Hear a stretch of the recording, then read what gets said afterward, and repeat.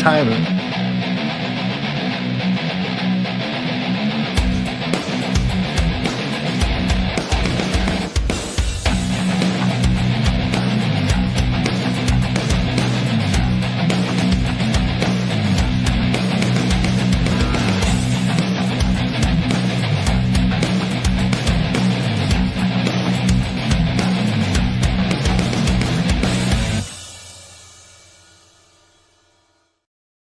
What's up, everybody? All right. Back on the grind, man. How you doing, John? I'm good, man. I'm keeping it real. That's what I'm doing. Staying alive. I'm the same, dude. I really am. A lot has been going on. It's been fun. It's been keeping me awake, keeping me feeling alive. If anything. We just introduced a new dog into our home not too long ago. It was actually yesterday. We went to go pick one up here. Went over to a little spot called Pacific Beach here in San Diego and picked up a little dog from the foster family. So that was good, man. After our dog passed away, my house felt a little bit empty. So I think it's and it's a little tiny dog too. So I think it fits in very well with the family. So more to come. At least I haven't woken up to my couch cushions being shred. So we brought over a dog not too long ago, and we woke up and I was like, man, the plastic, like my recycling bin is completely like just trashed. I'm like, oh my God, I can't do this, man. I had to get somebody come out and detail my wife's car because the dog messed it all up, and it was like $200 just to detail the thing. Dude, it was a lot, man. But yeah, thankfully I think we found the right one, so I'm all right with that. Man, but yeah, that was just yesterday, so that was good. I was completely against it, dude. I really was. I was like, I'm putting my foot down, and then saw how cool the dog was. I'm like, okay, well, I'm all right with it now. Yeah, I'm okay. Yeah, dogs. I mean, how that works. Our dog is great. She's very loving. She's very kind. She's very attentive. She'll follow you around and annoy you to no end. And she'll cuddle up with you, but every once in a while when you happen to leave something out or forget that you left a bag of something laying on the counter, she'll find it and get it. Between her and the cat, I think they co-conspire together, and the cat will like knock it off, and then she'll go grab it and tear it apart and eat everything. Oh, dude, it still happens. You, man. You can't get around it. It'll happen. But yeah, man. Yeah. So this week has been something crazy. These last couple of weeks have been something crazy, right? Especially this last week, I think, because if anything, it has kept me feeling like awake. Just kind of watching. I don't think I've ever watched the news as much as I recently have been watching the news. I do read a lot about like veteran stuff, veterans benefits, and all that good stuff, and it's cool and all. However, being in a federal employee position now, I feel like I have to be attentive to what's happening now around my area, because it may or may not affect my livelihood and those of the people who work for me, right? So with that, first off, I want to talk about the VA healthcare. And I know that you mentioned something about a doctor here at one point, a doctor who's taking care of many folks under one realm of supervision, right? Doctor supervision. But here, I'm going to share this screen here really quick. Here, this is from themilitary.com.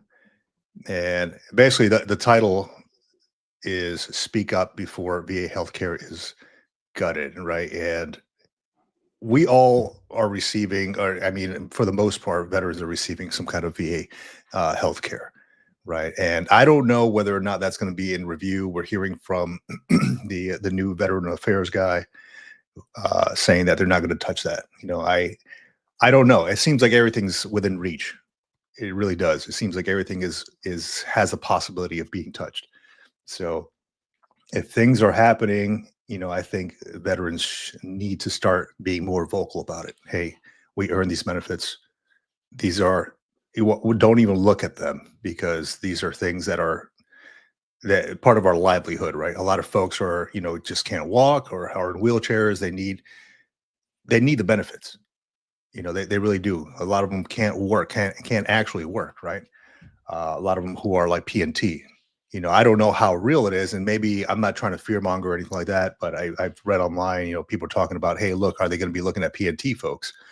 I don't know. I simply don't know. At this point, I think that everything's on the table. I really do. Yeah, on the one side, I want to stay abreast of what's going on and what's happening out there. On the other side, I'm talking to a lot of active duty Navy folks and Air Force folks and people that I'm around day to day, and I hear a lot of their concerns, and I talk with them a lot about what's going on, if they're staying in, what are their plans, things like that. Just kind of the everyday kind of conversations that I have. And a lot of times I find myself telling them, like, you can check out the news, you can look Yeah. and see what's going on. And of course, I have some news of my own as well. But at the end of the day, I really actually let me pull this thing up, and I think it really sums up like how I feel about it. Need me to pull this screenshot down? No, you're good. You're good. I'm just gonna read it off. It's Yeah, go ahead. as you know, I read the Daily Stoic. Daily, of course, that's why it's called the Daily Stoic. I just want to read off this February 23rd, this thing right here. You can see that it says circumstances have no feelings or have no care for our feelings. And the quote is from Marcus Aurelius, who was one of the best emperors in the Roman Empire. He was the true definition of a emperor slash philosopher king, if there ever was one. He's probably the closest thing to it. Studied Epictetus, was brought up, actually adopted by the then king of Rome, or the emperor of Rome, and brought into the family and was groomed to become the next emperor of Rome. So he really came kind of like from a rags to riches, no background, no history, no bloodline. Yeah, was absolutely. kind of shoved into power. But the quote goes like this: "You shouldn't give circumstances the power to rouse anger, for they don't care at all." And what that basically means is the same thing that we say about technology, the same thing we say about a lot of different things. It's pretty much things that happen, and how you frame them is how they actually are for you, right? So yes, I definitely want to pay attention to a lot of this stuff going on out there, but I also want to keep it in the context of the veterans, the people who are out there, trying to get their VA benefits straight, trying to deal with the VA and get through all these PNT exams, the folks who are coming off of active duty and trying to figure out what they're going to do with their lives once they get off of active duty. There's a bunch of stuff that's going to happen. You're not going to be prepared for all of it.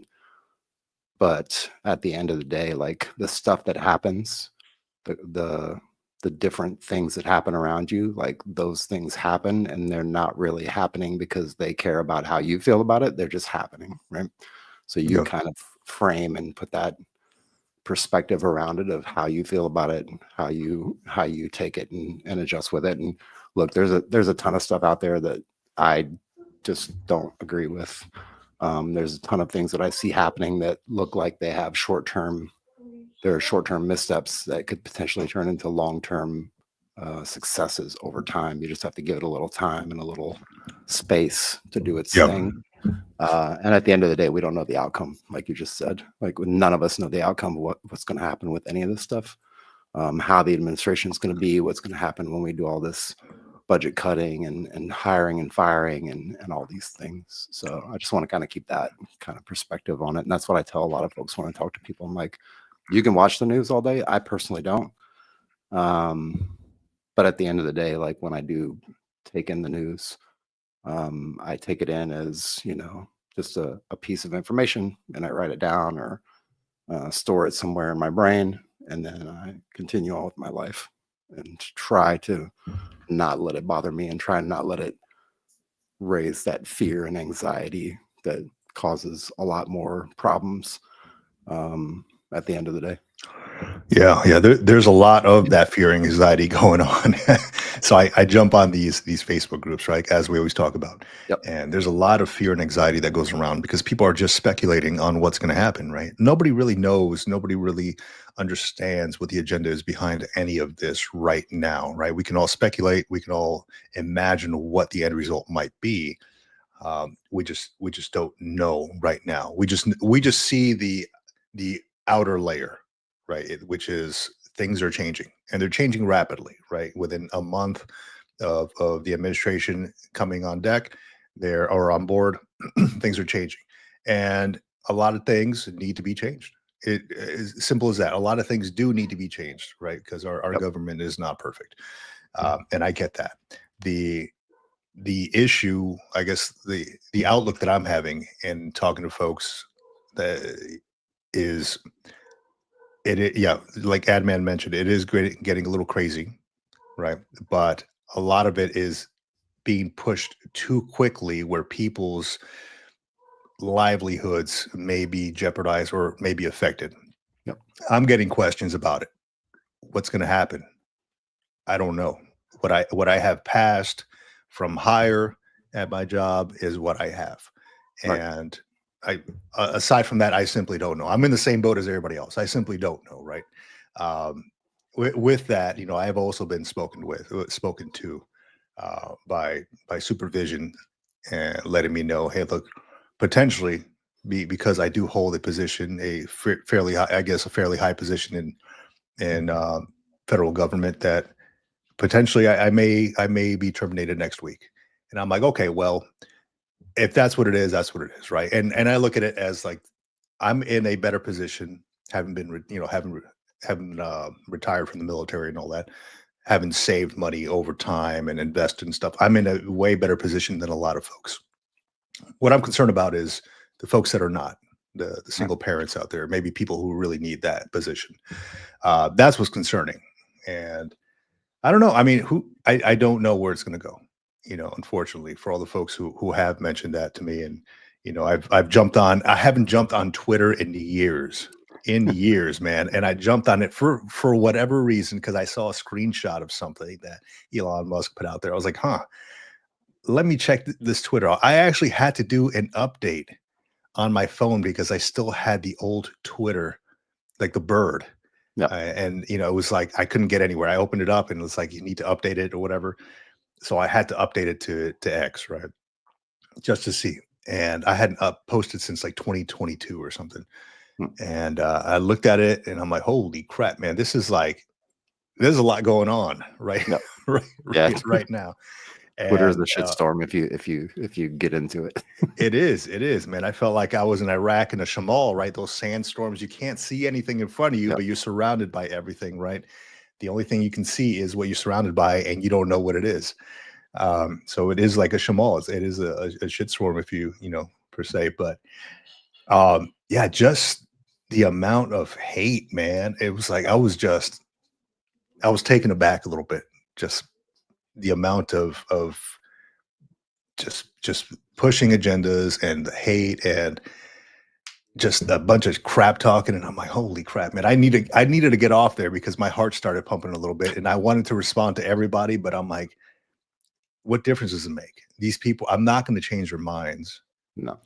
I can only control what's within my vicinity.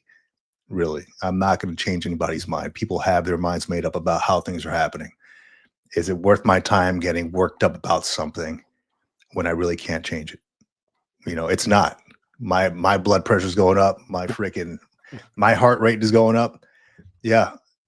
Just like Gabriel, I need to do what Gabriel just mentioned right now. He said, I deleted my Twitter. I can't with the misinformation and hate. Yep. I might have to do that myself, man, because I just couldn't deal with it.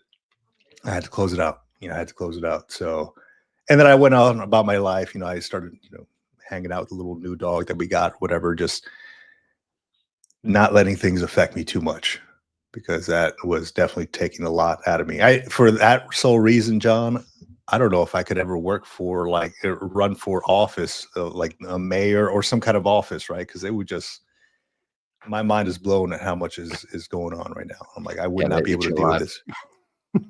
They would, and when I'm put into a corner, like I lose my filter, and then I'm like, knife hands come out of nowhere, Yep. So Yep. I don't know if I could deal with that right now. I keep my composure as much as possible. Well, I mean, speaking of Twitter and X and the shitstorm, and this isn't really even the worst kind of thing, but this popped up on the radar this morning. And again, I take this stuff in, and for one, I definitely have a huge amount of respect for those people who are in office, who are in DC, who are in the center of the storm. I really have a huge amount of respect for them because of the fact that they deal with the stuff and they've learned to be able to navigate the waters and let some of it run off their backs. So for that alone, like it takes a lot of balls to get into office and to run for office and to be in the crosshairs of like millions of people, whether those are the good crosshairs or the bad crosshairs. So, but this one kind of caught my attention, and I actually responded to it, and it was talking about a Navy clinic out in Washington State, where potentially they've gotten rid of a lot of the staff, and now they're down to like one doctor for 2,200 patients. And so this is coming from Stars and Stripes, which is a reputable source, I guess. I mean, it's the military's newspaper, right? But my response to it was like, okay, cool, but also like I know what they're trying to do, and they're trying to write the headlines, and this is like kind of how I filter the information. I look at it and then I step back a little bit, and I take a really long kind of gaze at it and figure out like what are we actually talking about? What are the facts that we're talking about? Are there facts? Are we just speculating? Are we using a lot of words that say things other than the truth? And I honestly don't know. I'm not there on the ground, so I don't know what's going on there in Washington State. But this potentially is one doctor, working for 2,200 patients, and ultimately, like the military hospitals, whether it's Navy, Air Force, Army, doesn't matter. Like if they're overwhelmed, they send you out the gate to some local doctors, right? They still have that option. It's not like all healthcare stops and they're backlogged and nobody gets treated. There are certainly waiting times. Sometimes it takes months to get in for a physical for simple stuff. But also like one person treating 2,200 patients every single day? And that's really not the case, right? That can't be the case.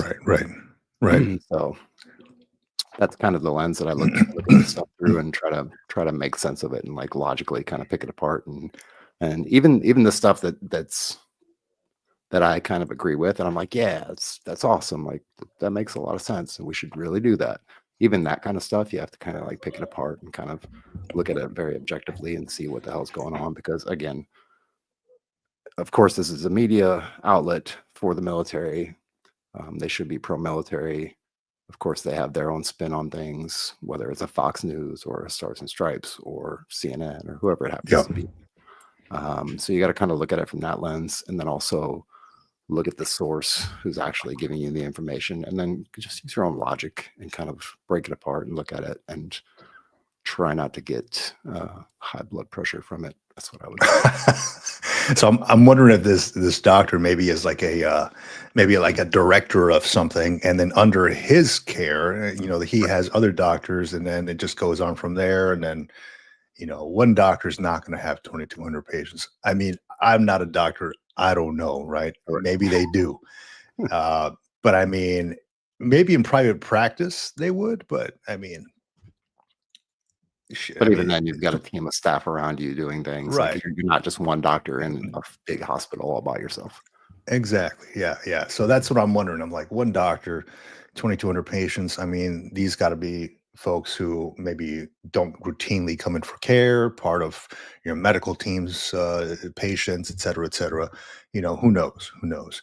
But no, I'm glad you brought that up too, because I mean, that also goes to show, how if that is true, like one medical team, maybe, I don't know, a family practice or something like that, has 2,200 patients. That goes to show you how, really overworked a lot of these doctors are. Yep. I mean, they do have a ton of patients going on, and cutting doctors from the VA, that might cause some issues.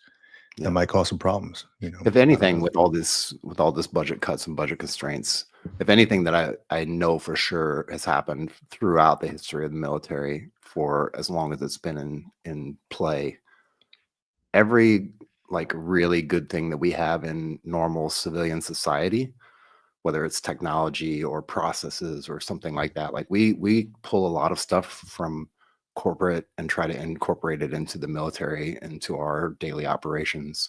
But a lot of the really good stuff that you see out in the civilian world comes from tried and tested and experimented with things that happen in the military, right? Whether it's, Yeah. Solid fuel rocket boosters or like whatever it happens to be, these technological things, and also some different kinds of processes and ways of doing things. Like that's why people read and reach out to people like Jocko Willink, right? He's a consultant. He consults for big corporations. That's why they pulled him in, because he's using tried and tested and like battle tested ways of doing things and then translating that into the corporate world, and they're using that to run their operations better, smoother, leaner, however you want to call it. So yeah, no, that's good, man. That might be a business that we need to get into, John, because we've learned a little bit about something. if I was the magic genie guy in the government right now, and it was still talking about healthcare, like why do we not just try to use the military healthcare system, even though it's not so great? Like if you go on the outside, it's even worse. So don't think it's better on the outside. But if we took the way we do things in the military for the healthcare side of things and translate that into the civilian world and try to give everybody like an equal level of healthcare, I mean, I think that would really do some massive things. And again, it's taking tried and tested government funded processes and translating them to civilian life. I mean, I think if anything, like sure, we might cut some jobs and sure we might cut some budgets here and there, but can we also in the same breath like try to see some of the stuff that's actually working and then bringing that out into the civilian sector?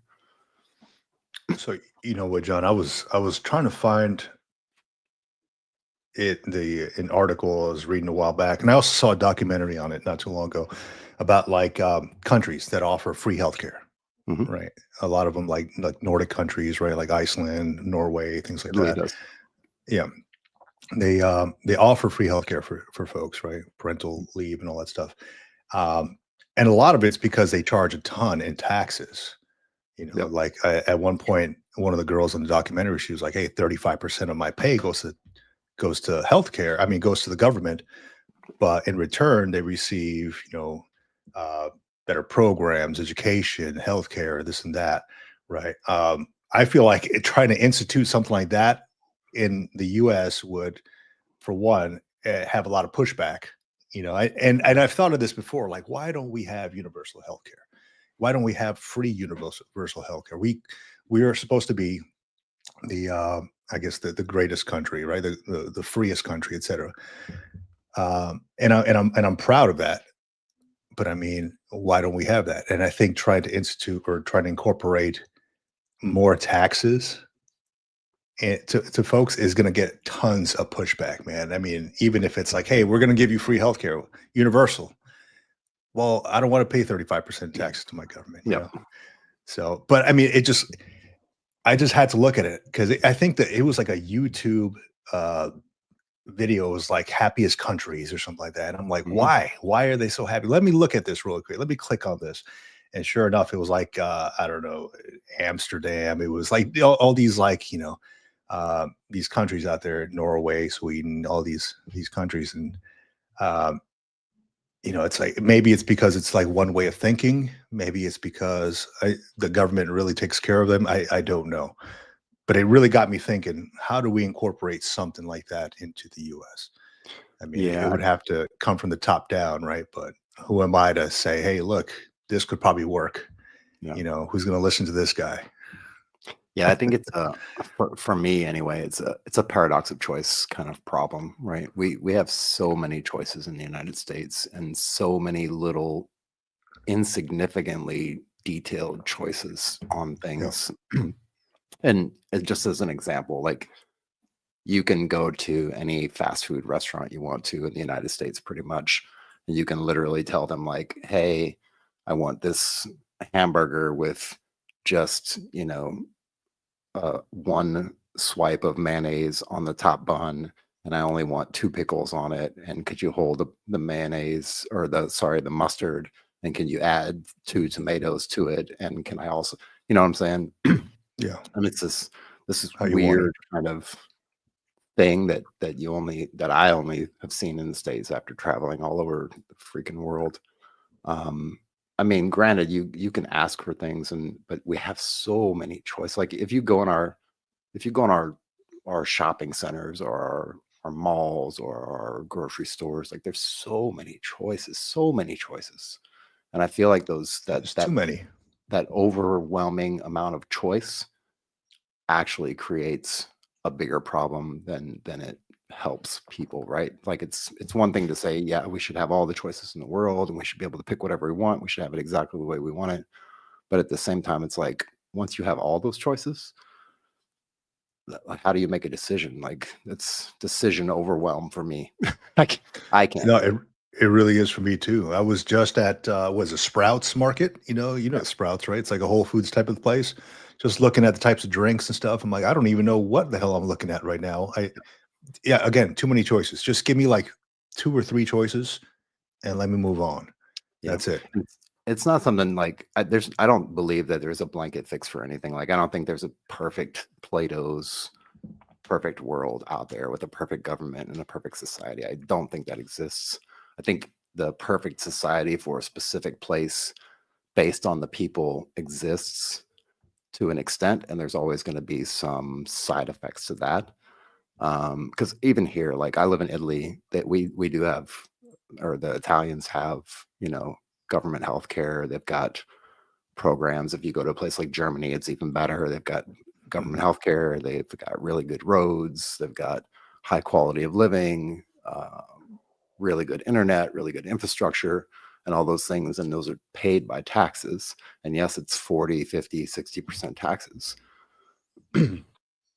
But the choices they have, like for example, for internet service, right? There's only a handful of internet providers. In the States, there's like thousands of internet providers. You can get Yeah. internet from everywhere, right? Yeah. Yeah. And depending on how you want to get it in a place like Italy or Germany, like there's only a handful of people that do it. And yes, it's a monopoly, and yes, it's probably government controlled, but at the same time, like I pay for fiber internet, I pay like 20 or 30 bucks a month. You're not going to find that anywhere in the States. Nowhere. Dude, yeah, I don't have fiber internet and I pay 150 a month. Exactly. So that's what it is. Only because I would be paying a lot less if it wasn't for everybody, a entire family needing to do school work projects and all that stuff. But video games and all this trash. But that's what it is, right? And then when I looked at, say like T-Mobile has down the street. I was just talking to my neighbor. They for some reason they don't service my area, which is 2 blocks down or a block down. And I'm like, hey, what the hell? I live around the corner, but it would have come out. It would come out to a lot less, right? But right now I have that one choice. Um, yeah, it is. We do have a lot of choices. We have a lot of freedoms here in the U.S. I think, and I'm grateful for that. And I think some folks, do take that for granted that we do have so many freedoms. Yeah. But to Uh, your point, I think you're absolutely 100% correct. I see so many times, and you've lived overseas as well, and yeah, a yeah, lot of people in our audience have lived overseas and have seen it maybe from one side or from the other side. I see it from the perspective of I'm the American that's going to be outside and doing all the things and learning the language and talking to people and traveling all over the place. I know people right now today who have been here in Italy for 2 or 3 years who haven't seen anything except for the airport and the other base and the housing area, like literally. And I'm dude, like, I was the what same way in are you doing Japan. here? I was the same way in Japan, dude. I was stationed over in Iwakuni, which is 30 miles south of Hiroshima, or 30 miles north. I can't recall, but within the vicinity. And the family and I, we were traveling all over the place, going to Tokyo, going to of course Hiroshima, going to Osaka, Fukuoka, and then overseas, different places, Thailand, Korea, China. We went to all these places just to visit, as tourists. And then we talked to one of my neighbors. They were there a year longer than us. I'm like, where have you gone? They're like, oh, we've been to Hiroshima once or twice, and then we fly back to Ohio every so often. I'm like, why would you do that? Like, you can go to Ohio anytime, or you're in a completely different country. Go explore the world. Go see what's around, people, there's so many limits that people put on themselves. They don't understand that. Well, not only that, like I hear the kind of the argument over and over is like, oh yeah, I go out to the economy one time and I really don't like it, or I don't like the way people drive here. A lot of it boils down to like what is unfamiliar with them and what is familiar with them, and what a lot of people want is familiarity, and they want to go back to the States and have their creature comforts and the things that they love and be accustomed to the people and speak the same language. Like that's really the crux of it, right? It's like, I'm going to be here for 3 years. The military is making me be here for 3 years, but I'm going to be miserable the whole time, and I'm not going to do anything because I'm yearning so bad to get back to the States, to get back to normal life. Yeah. And I heard that. I hear that. So yeah, there you go, Gabriel. So Gabriel and I were good friends many, many years, going back many years. So yeah, he's exactly right. Forget Madrid, honey. Let's go to Columbus, Ohio. That's really what it is. That's the mindset, man. And I would hear that like all an alpha way of telling somebody they're dumb. Yeah, probably. You're from Ohio. Yeah, Skibbity, Ohio, or something. I don't know. My kids talk about it all the time, man. But yeah, that's what it was, man. When I was stationed out in Japan, it was like, hey, I can't get good pizza here. It sucks. And I'm like, stop searching for things that you're pissed about. Embrace the culture around you. It's not a pizza culture, right? Go out maybe once or twice. Learn how to make it yourself, dude. I got it. They put mayonnaise on pizza in Japan. Maybe ask for it without mayonnaise, dude. I don't know, but there's so much culture. You got to be able to embrace that stuff, man. And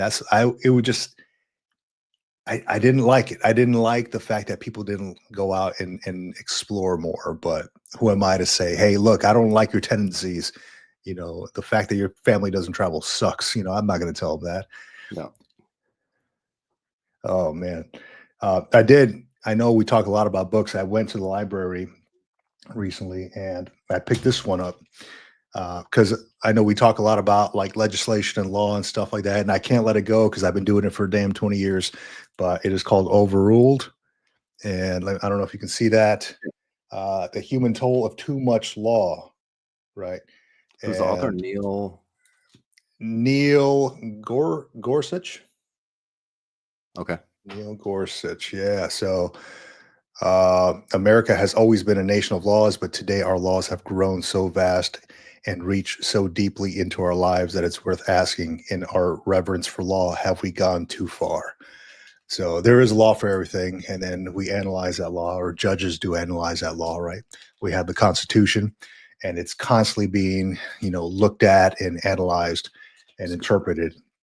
So I was just curious. I saw it there in one of the, I think it was a new release or something. And I saw it. I was like, I'm curious about that, because I recently submitted a post or put a post out there about the Constitution. I have one up here, a little Constitution. I have one at work.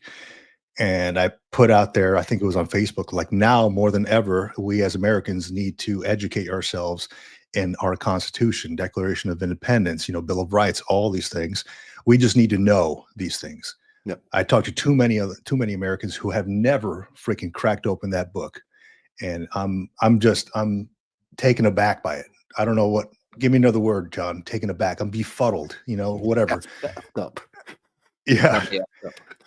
Yeah. And it's like, hey, look, we gotta read our documents, our own documents, and know the history, know where we stand as a nation. And then I walked into the library and I saw that book. I was like, I need to pick that up, because I call me a freaking law nerd or whatever, but I've been doing it for so long, and I love reading about legislation. I love reading about laws and how they affect things in our daily lives. And I thought maybe we do have a lot of laws, maybe too many laws, and they're always getting interpreted and changed and things like that. And I just want to know about it. I just want to educate myself on it. Simple What as is that. something that stood out to you in that little booklet, or maybe even just in your studies of the Constitution and the Bill of Rights and all that stuff? I'm sure you've went over it a multitude of times. What are some things that have stood out to you in there that maybe nobody else speaks of, or nobody else really like has a conversation about? Oh, dude, I don't know. I wish I can give you a solid answer right now. When I'm at work, I Hmm. have my little notebook, my little notepad on the side, and then whenever I have a break or whatever, I'll take crack it open, take a read. Um, I don't know. I mean, the right to bear arms, right? Let's just take that. The right to Yeah. bear arms. Um, it's fine. We could do that. Like, so I'll give you some context. When I was living in North Carolina, I was stationed in Camp Lejeune, and I go to the Walmart with my kid. I don't know, he's probably 8 at the time. And folks are just open carrying. And he looks at me, and because we had just gotten there from Japan, right? And yeah, it completely different, right? Like Japan, like the cops don't even carry guns, right? They roll you up in a mattress to contain you. That's what it is. And more stories on that to come, man, because it's crazy. Um, but yeah, my kid looks at me. He's like, "Dad, the guy's got a gun." I was like, "Yeah, well, you can do that here, right? It's an open carry state, right? I mean, he's just walking into North Carolina like a cowboy." And for the longest time, I was like, "Hey, look, maybe I should go get my open carry license or whatever, instead of just keeping it like whatever in the car or Mhm. at home or whatever." Um, but I don't know, man. I mean, it's like, is that too much? Just like walking around like you're a damn cowboy in like North Carolina or other states. Is that too much? you know and I know, like, when I was in Iraq, I recall every family being allowed to have one firearm per family. I believe that was law back then. That was like in 2005, 2006. um I mean, I didn't see folks waving them around all the time, especially when you're going out on, outside the wire, going on Humvee or whatever. You don't see folks waving them around all the time. A lot of them are like the insurgents and stuff like that. um But yeah, maybe it's a little too much. I think it's okay. Have it at the house for home protection. I'm all on board with that, 100%. Carrying it around outside, I don't know about that, man. It's a little much. I mean, my kid got scared too. He's like, "Dad, I don't know. That guy's got a gun. Maybe we watched too many movies. I don't know." Yeah. But I've traveled around Europe. I've not seen that. I don't know that these happiest countries in the world are doing that. It You doesn't know, exist. it doesn't exist, right? So Nope. have we gone too far? I don't know. Yeah. Again, there's for me, there's no utopian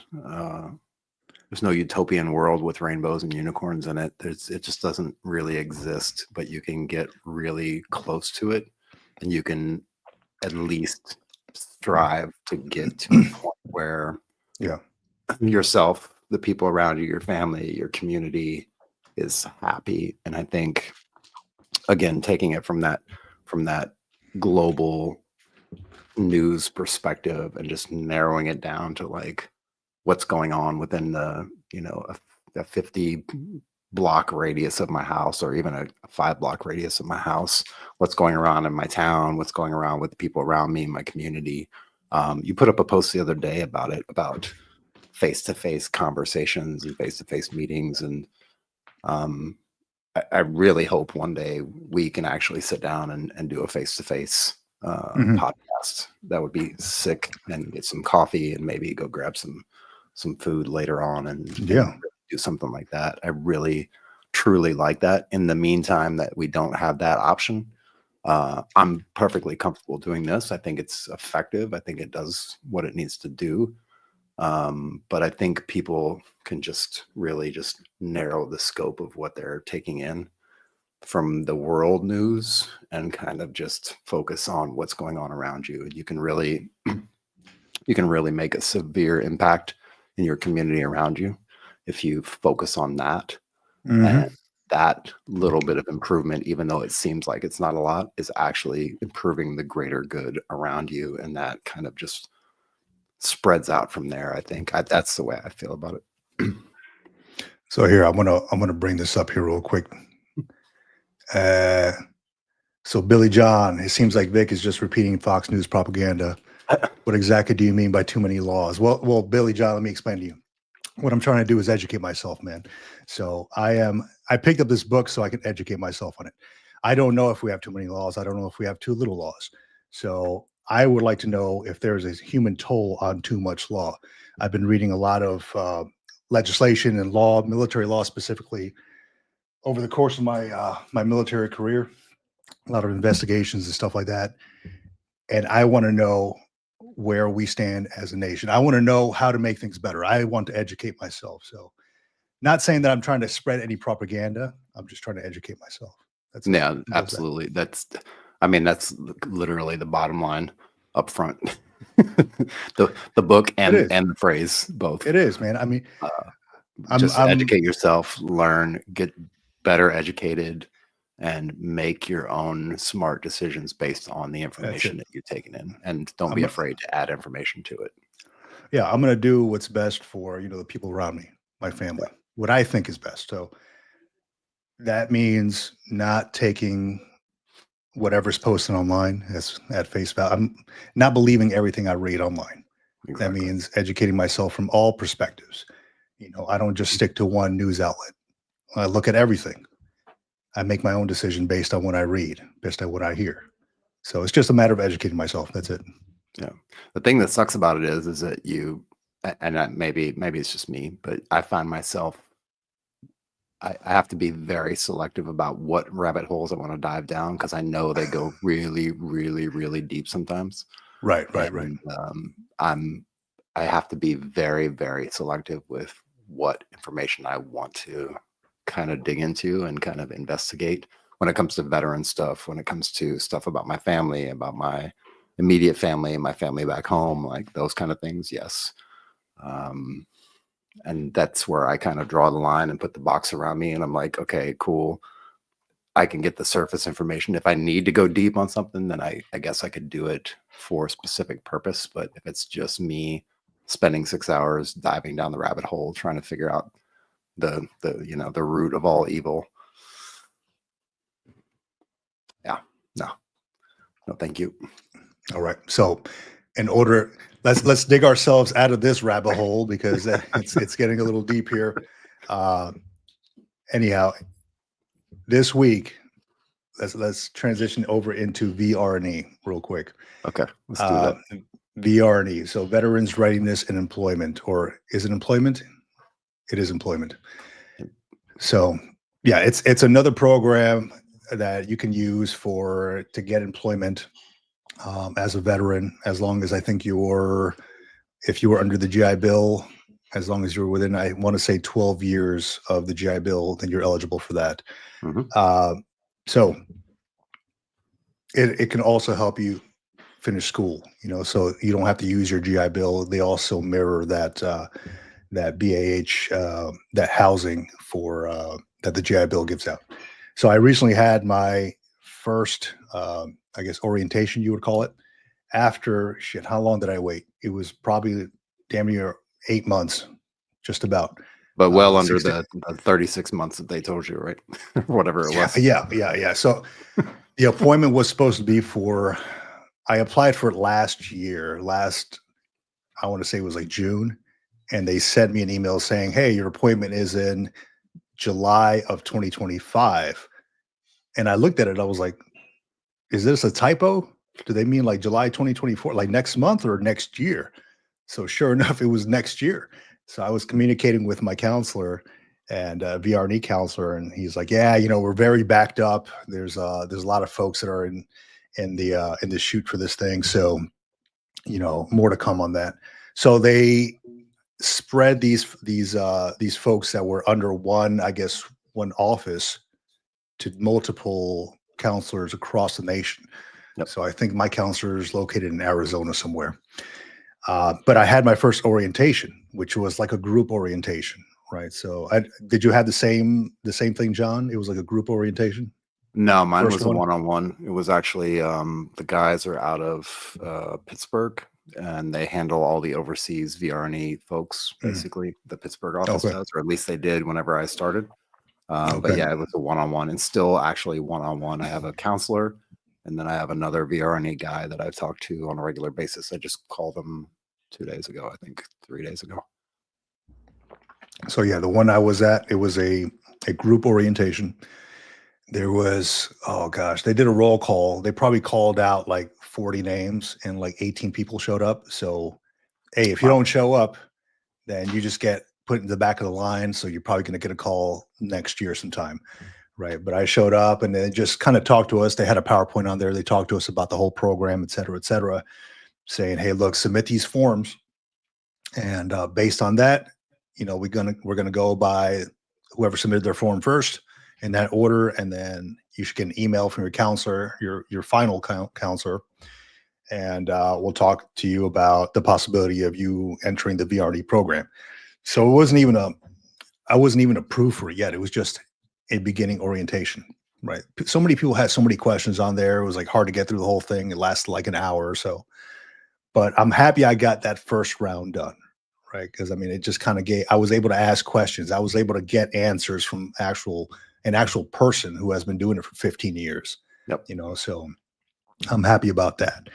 But yeah, that was step one, dude. And the idea with this is I don't want to touch my GI Bill for the sole fact that, I may want to give it to my kids, at some point in time. I may want them to get that BAH, that military or that allowance for housing rate, which is rated at the E5 with dependents, I believe. Yep.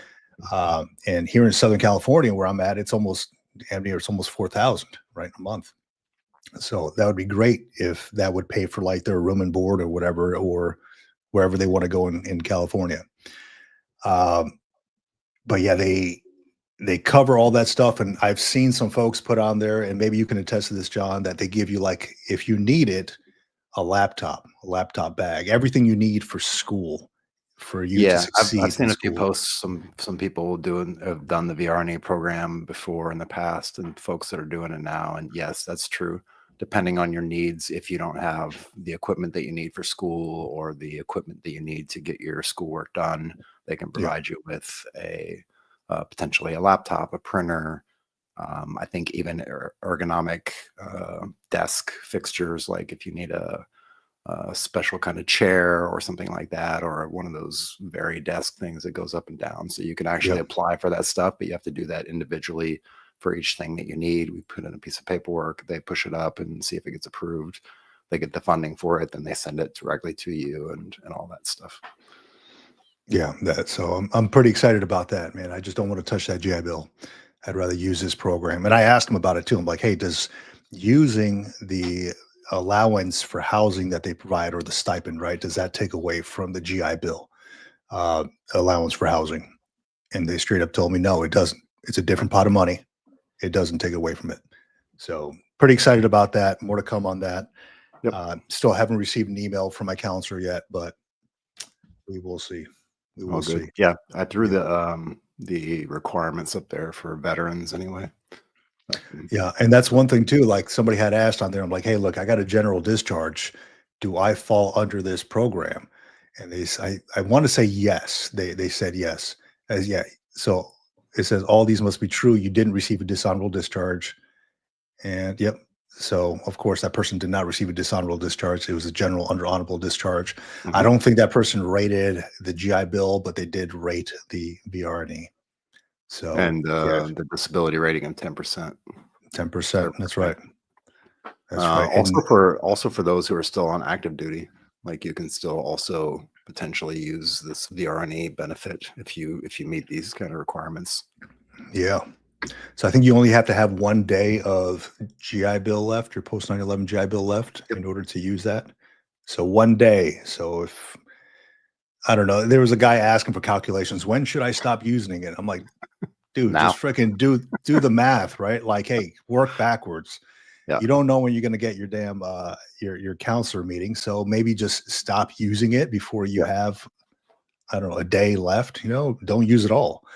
If you got a runway of GI Bill, so first of all, if you're rated above, I think it's 30, maybe it's just 10%, but as long as you got a rating that's service connected and you're eligible for VR&E, and you have a runway of GI Bill and you feel like you need to be in school now and you need to be using it now, don't be afraid to use it, but you have to go back then and ask for a retroactive induction.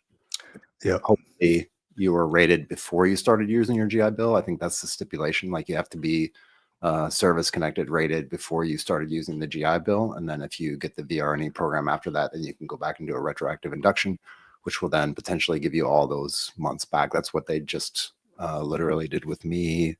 I think it was 2 months ago, last month. I put in the paperwork a few months ago. We finally got it processed and they gave me all my GI Bill stuff back.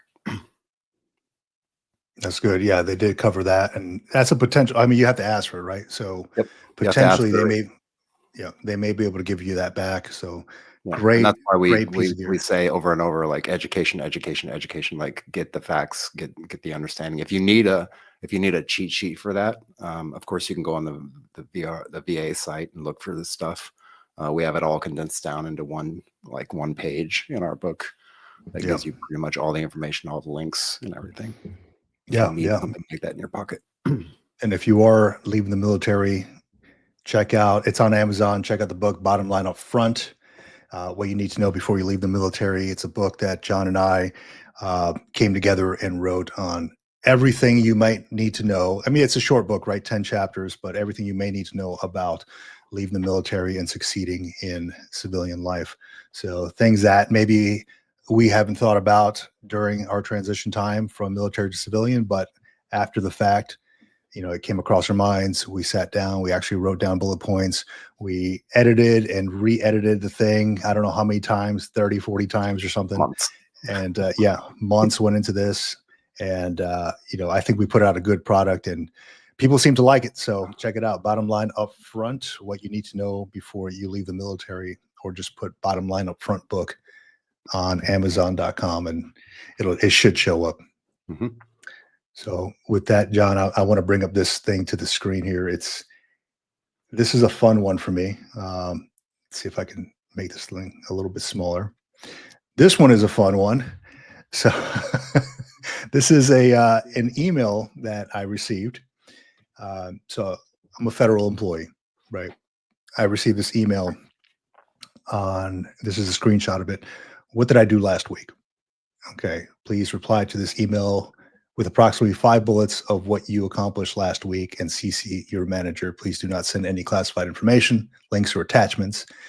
Deadline is this Monday at 11:59 p.m. Eastern time. Got it. Okay, so it's not hard for me to put 5 bullet points down. It really isn't. Since I stepped into federal work, like 2 months ago, it has been a nonstop show of getting things done because the administration enacted return to office because there's a lot of telework going on. So it's not hard for me to put out 5 bullet points: renegotiating contracts, getting tens of thousands of workers back in place, et cetera, et cetera. Cool. I can do that. And I'm sure a lot of people can do that. But what it seems like here is every hour there's something new, something coming down from higher. Hey, respond to it. Don't respond to it. Or I don't know. There's been other things that happen. I mean, people, the whole fork in the road email and people asking questions, a lot of unknowns, meeting after meeting, people asking questions, leadership not knowing because it's so vague. And people are asking me like, hey, what do you know about this, dude? I know what you know. And I don't know much. I'm reading words on a screen and I'm waiting for guidance on this.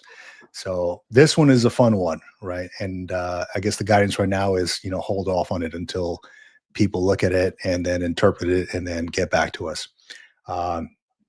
So that's where we are right now. And at first, a lot of folks that I know, they thought it was like the phishing emails or the spam emails or whatever.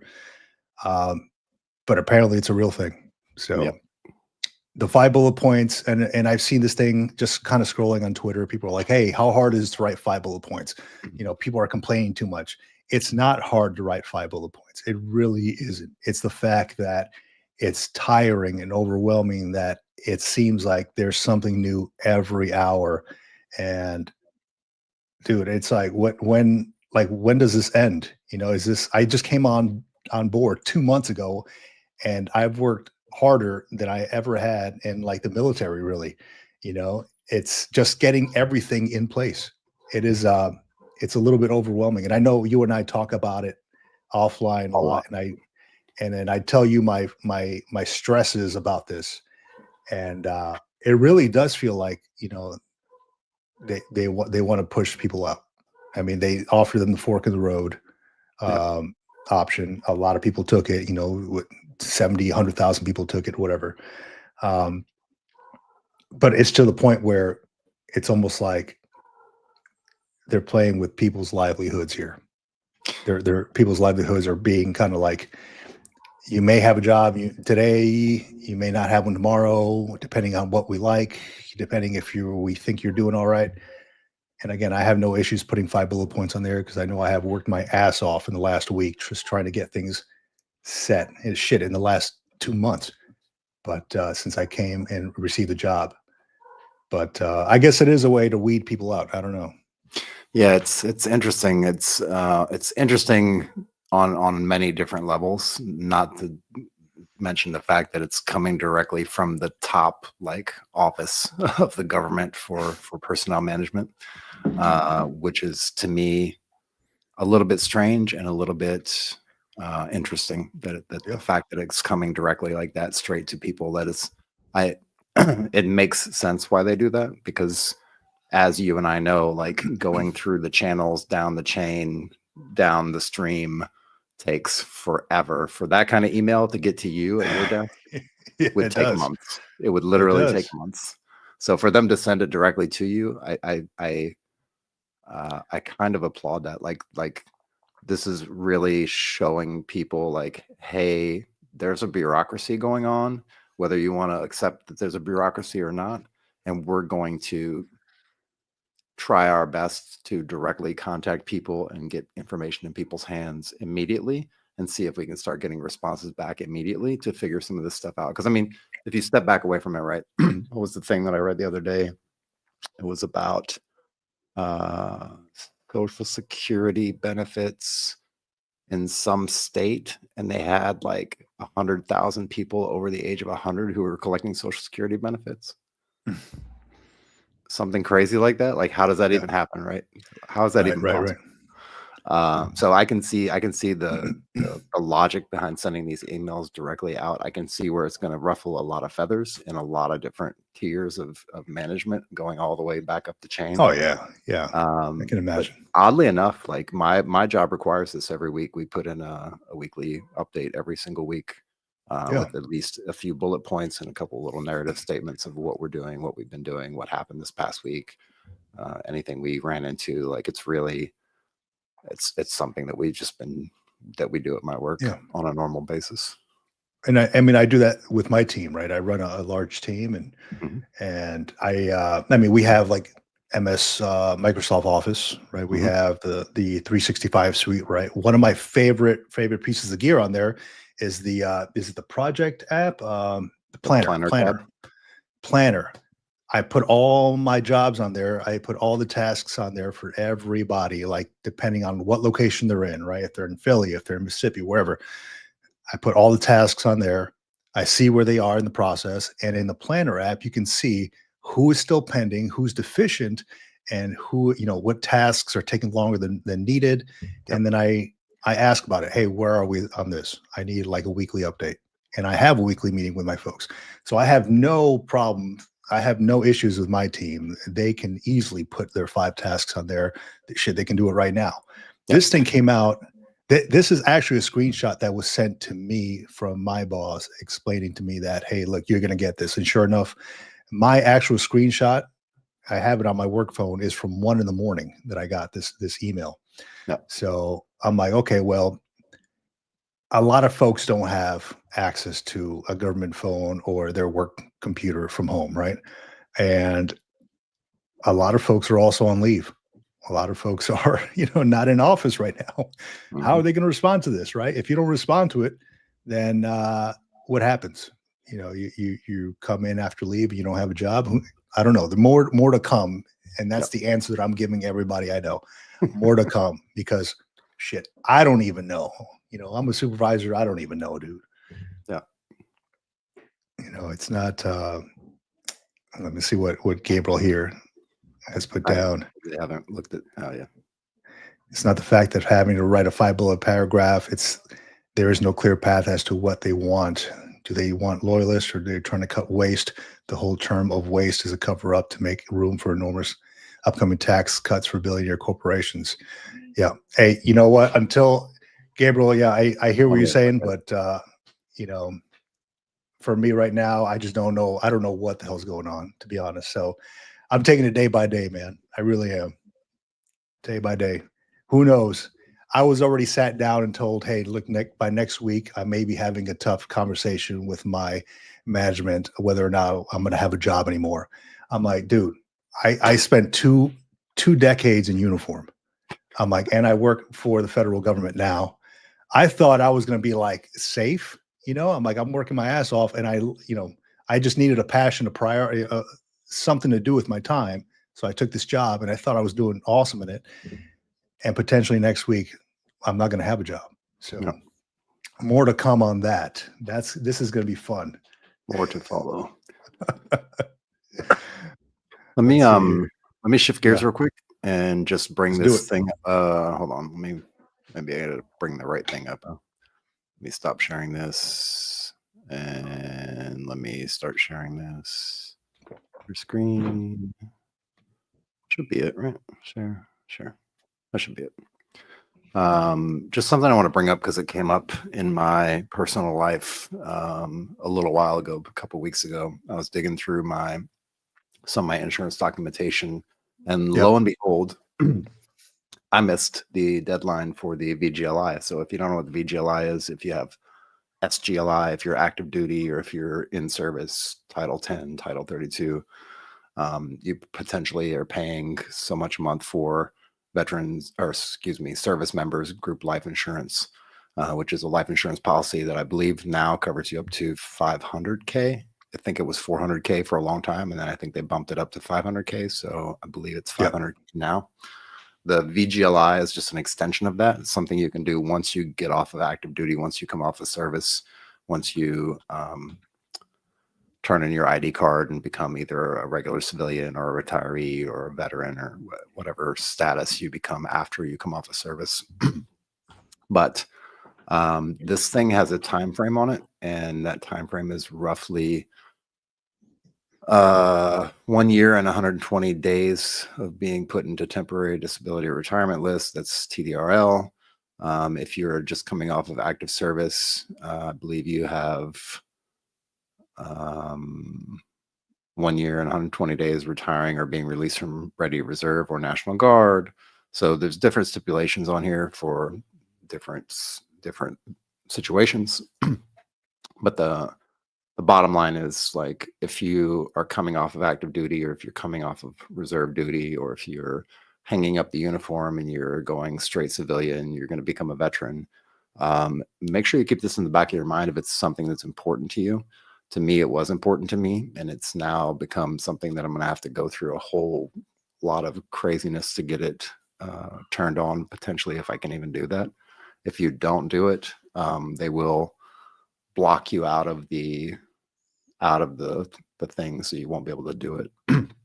So I just want to bring that up because I know that's one of those things that could potentially come at you a million miles an hour in your out briefings, and then you stop thinking about it for a couple months because you've got 7 other things on your plate.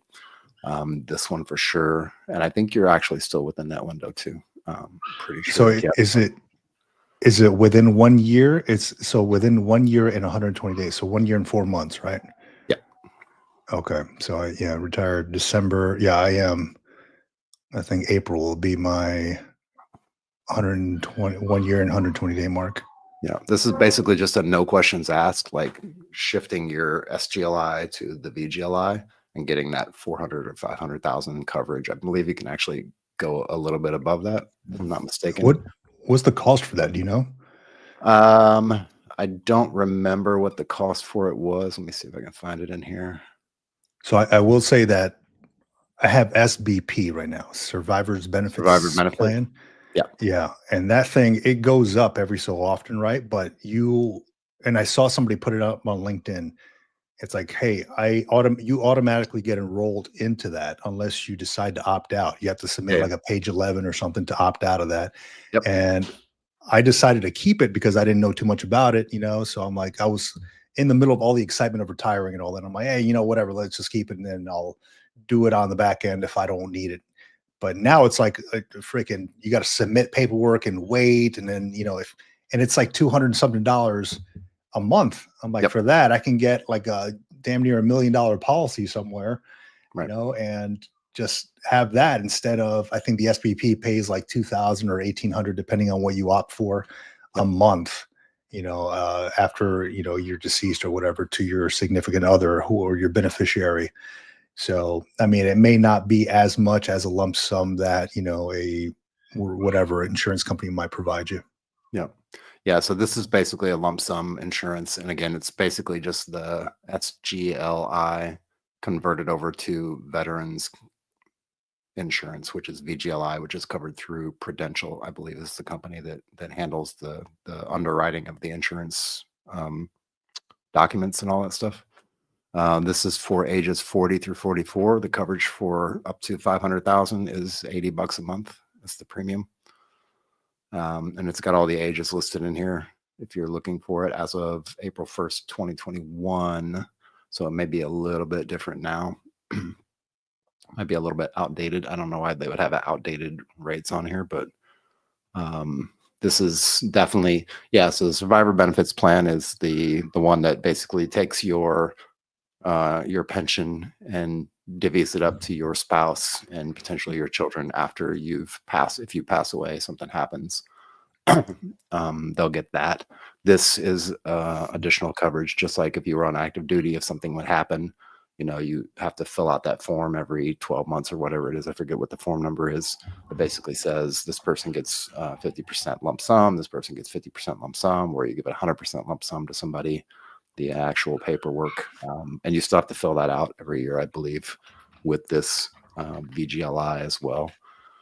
Is it the beneficiaries document? I forget what the document number is on it. It's like a DD form. But can you just scroll up to the 41-year-old real quick? Oh yeah, sure.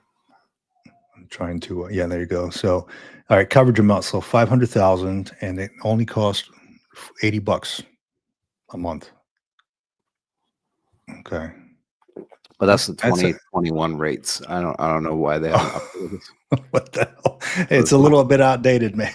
Might be a little bit off, but basically the same as the SGLI that you get as a service member.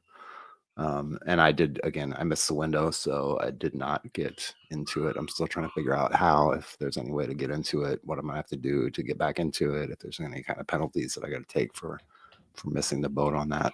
That's a pretty big one.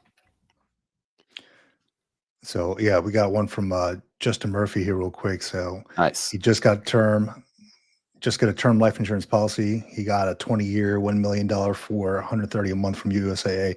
So I was looking at USAA as well, and they have one. If you stay within a certain amount of years, then you could actually you can bypass like the medical stuff.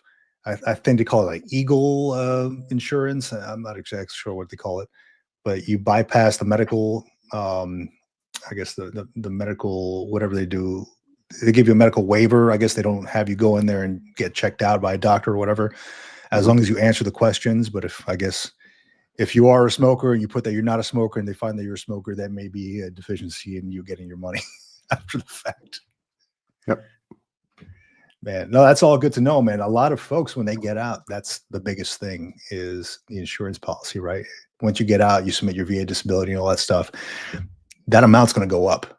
because all that stuff, especially if you're like 100% VA disabled or something like that, that amount is going to go up for your VA, for your insurance policy. So a lot of folks don't think about that ahead of time, but please do so if you're still in service.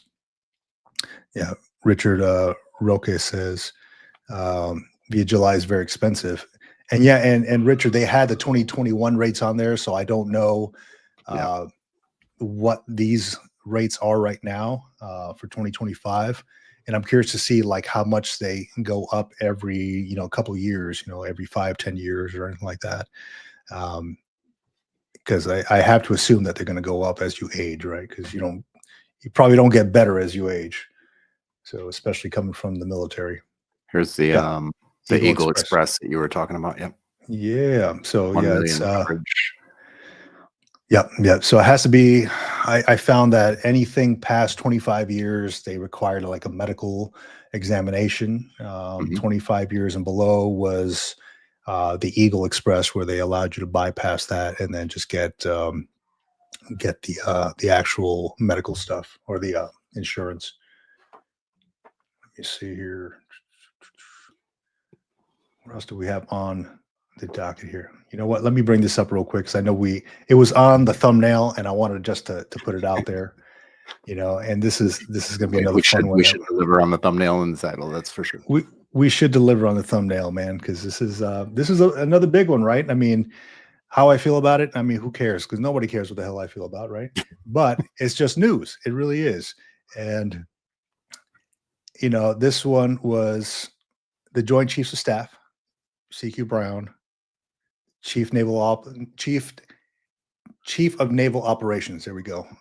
Franchetti. They were relieved, okay, of duty. And the 4-star generals. I understand the administration's type of where they're going at. There was a quote in here by Pete Hegseth, like they want to eliminate all the woke stuff, and they want to focus on the war fighting. And I completely agree about the war fighting, right? Military is a war fighting organization. We, just like I spent 20 years in the Marine Corps, we fight our nation's battles. Shit, it's in our song, right? We fight our nation's battles through the air, on land, and sea. And, I completely agree with that. Maybe the wokeness is not something that the military should be focused on. I understand that we want to give everybody a chance, et cetera, et cetera. I don't know. I'm curious to see what people out there think. Was this the right call? I don't know too much about these two. I mean, I probably should, again, educate myself on this stuff. So I'm going to be doing a deep dive and reading on this. But, honestly, like every photo I've ever seen, every photo opportunity I've ever seen of, Admiral Franchetti, I don't know if I'm pronouncing her name right. It seemed like everybody, like morale was up when she was around. It just seemed like it, right? And, it's hard working for a leader who's a hard ass all the time. You want to have morale. That's why we had like morale type of training in the military. We wanted to make sure, because if folks don't like what they're doing, they're not going to put out their best effort. If they don't like who they work for, they're not going to put out their best effort. So True. I'm curious what people think about this, the relief of CQ Brown and Franchetti on here. Yeah, I met her last year. I think it was last year, or maybe it was the year before. And got to actually do some photo shoot for her and whoever was the senior enlisted guy that was with her. I forget his name. I'm not good with names. That's why I have my name tattooed on my arm. She was. Wait, really... You said you have her name tattooed on your arm? No, I said I have my name tattooed on my arm, so I don't forget it. Okay, all right. I'm horrible with names. Yeah, I got to meet her, spent some time with her, talked to her a little bit. She was pretty straightforward. I mean, she seemed like really in tune with the sailors that were there. There were probably a couple hundred sailors that were there to meet her. Of course, a lot of them had to be there to meet her, but she was pretty down to earth and pretty straightforward, straight shooter. So I don't really know exactly what happened there, but everybody that I saw seemed to really Love the fact that she was there. Love talking to her. Love spending time with her. Getting to, hang out with her and eat in the mess. It seemed like everybody really embraced her as a leader. Yeah. So this is one quote that I see on here. It says, under President Trump, we are putting in place new leadership that will focus our military on its core mission of deterring, fighting, and winning wars, Hegseth said in a statement. So, I mean, I assume maybe that wasn't the direction that these two were going in, and then they wanted to shift directions more towards deterring, fighting, and winning wars, etc. Um, I don't know. I got to answer Gabriel's question on here because he was asking what were the reasons given for their dismissals.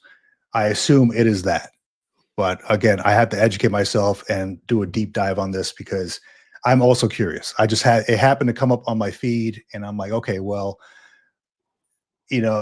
I've seen them around. It seemed like they were doing good things, but maybe they weren't. I don't know. So I'm curious about it myself. If anybody out there has anything that maybe I'm not seeing on the dismissals, please share in the comments. All right, so let's take that off. All right, John, what else you got, man? I know you got a lot of stuff. That's it, man. I've been backtracking and trying to catch up with some of this DOGE stuff that's going on. Again, I don't like to spend my time watching news, but some of these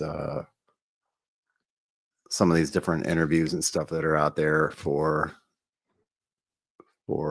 Trump and for Mr. Elon Musk, just trying to keep up with it and really sitting back and objectively taking it in rather than trying to get my emotions involved with it, because I mean, they're going to do what they're going to do. They're high ranking, very powerful people. Like there's not a whole lot that's going to stop what they're doing as long as they're still being ethical and not, people aren't dying because of it. But yeah, I'm just trying to pay attention, trying to listen, trying to follow like the thread that their dialogue is talking about. Objectively trying to figure out what exactly is behind some of the stuff that they're doing. What's the bigger picture that maybe people aren't really paying attention to? That kind of stuff is what I'm really looking at. And again, do I agree with it? Do I not agree with it? Like, it's government is government. In 47 months, it'll change. So, or 46 and a half months, it'll change. So, I'll tell you what, John, I sat there and I thought to myself the other night, as I'm watching some of the new stuff, like on YouTube and all that, and then seeing people talk about it from all perspectives, right? All perspectives, and because we want to educate ourselves and all that, and I'm thinking to myself, I'm like, maybe I'm an idiot, maybe I'm a fool here because maybe I'm not seeing the big picture. I understand the need for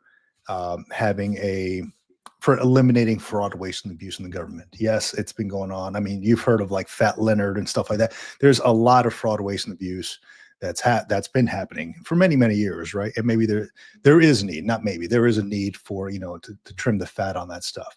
And that I appreciate it.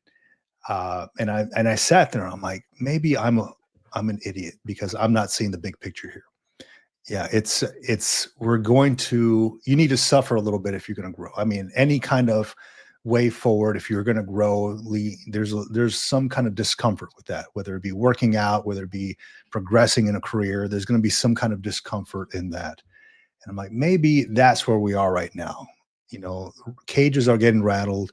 Maybe the discomfort needs to happen right now. And maybe I'm just not seeing it. I need to take a step back and actually look at the big picture here. And I don't know, maybe that's where I am. That's the step that I'm in right now. I just need to, maybe there's the agenda that I'm not seeing, and maybe that's why I'm not present, because I don't know. I don't know it yet, I don't know. But it's a matter of just educating myself, man. That's it. Yeah, I really, I mean, people are adverse to change, right? People don't like change. I'm actually more curious as I watch this stuff unfold and watch what's happening and watch the government kind of shut down in a sense and start this crazy firing frenzy and shutting down different departments and cutting funding. I'm really more curious about how the people that are getting charged with this kind of stuff, or the people that are actually getting pinned as like fraud, waste, and abuse, or spending X amount of government money for programs that don't have any purpose, or misappropriating funds for the government. I'm really more curious about how these people react, because usually that's the tell of like, yeah, they were probably doing something stupid. And again, it's not across the board. It never is. There's certainly 90+ percent, 99%, I would say, or 95% of people in the government who work as civil servants, who work as non-appropriated funds employees, who work for the different AFES establishments, who work for, you know, the Congress and the Senate, who work in Capitol Hill, who work in all these different organizations and operations, the Smithsonian Institute, like all these different places. There's a ton of people out there doing good work every day, being great Americans. There's a handful of people, as we all know from our days in the schoolyard in, you know, third grade, there's a handful of people on the playground that are going to ruin it for everybody. And if they are continually given the opportunity and not put in check, then the result is going to be they'll continue to bully people, and they'll get more and more confident in their bullying, and it eventually spins out of control. And then next thing you know, you've got crazy things happening. So I think there's a handful of folks, and that's why I'm really curious to see their kind of reactions to this stuff whenever this stuff comes down, and they're chopping off these kind of, call it dead limbs of the government. And I would say, like, if it was me personally and I was really wanted to be scared of something, I would be more scared if I was actually in the DMV and the DC area, in that kind of triangle of Washington, DC, Baltimore, you know, Right.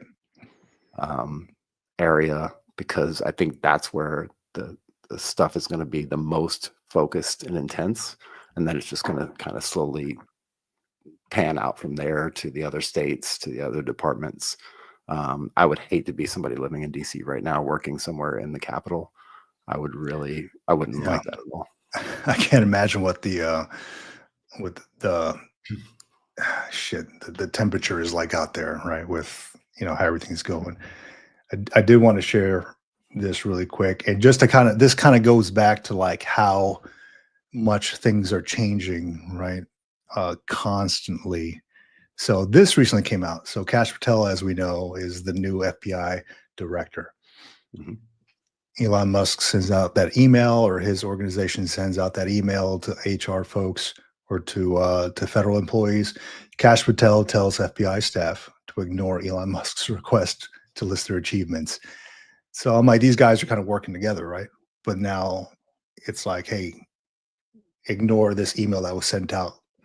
You know, so it's like, what do we do with our hands? You know, like what happens now? So this is what I mean by things are constantly changing, right? I mean, this is the FBI. It's not, you know, my organization or anything like that, but it just goes to show you, like,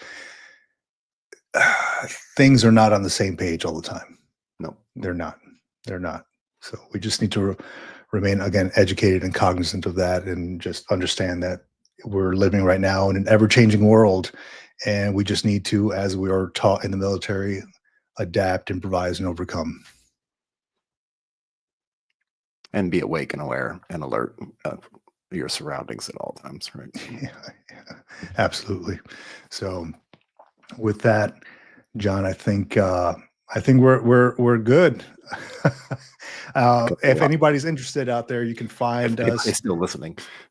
Yeah. If you're still listening, I mean, we got a few folks on here. I can see them, but yeah, you can find us on Facebook. If you are leaving the military and about to hit up the civilian world, and you need maybe a little bit of guidance, or be surrounded by folks with that, with that in that same perspective, as far as military to civilian life, join us on Facebook at the Military Retirement Group, the Military Retirement Group. Just a few thousand folks on there with the same thing going on. A lot of good files, a lot of good information, a lot of good questions being posted on there about a lot of stuff regarding military civilian transition. On top of that, you can find us on, of course, Military Retirement Podcast on YouTube, Apple, Spotify, Wreaths Across America, Radio Network, Wednesday nights, The Green Logbook on YouTube, which is my own personal YouTube channel. And what else do we have? We're all over the place. What's that? I have an amendment for you. Amendment 1, go. Amendment 1, Wreaths Across America. We are moving to Friday nights. So what? Got the memo the other day. What time? I believe it's the same time. I forget what time it is. Let me see if I can pull it. Please hold while I pull up that information. I think it's I think we were currently 11 p.m. Eastern and whatever that is, 8 p.m. Pacific. So some good listening on there. A lot of good radio shows on there. Friday at 11 p.m. Got the Friday 11 p.m. Friday jam hour. That's when. All right. Yeah, the quiet storm. Baby making hour. Oh man, nobody's making babies listen to the retirement podcast. God, I hope not. If you are, please stop. God bless every one of you. Oh man, no, but yeah, we're all over the place, guys. Yeah, find us if you have any interest in being a guest on the show. Shoot us an email at militaryretirementpodcast@gmail.com, and we'll be happy to check you out to see if you're a good fit for the podcast. We do the live streams every Sunday at 9 a.m. Pacific time, 12 p.m. Eastern time. So yeah, check us out there. Dude, we're at 2.5K. There we go. Yeah, we get, I still have like 5 requests I need to approve. If you're listening to this and you're still like pending approval, I'll get to it. I'm sorry. It's been a lot of stuff going on, as you can tell by this podcast episode. In the government, don't you watch the news? Not only is the government backlogged, but Military Retirement Group is backlogged as well. I will get to it. So yeah, awesome. Again, John, awesome spending time with you. Thank you all for listening to our podcast. You can find us everywhere I just mentioned, and we'll see you again here next week. Next week, same time. All right, out here, man.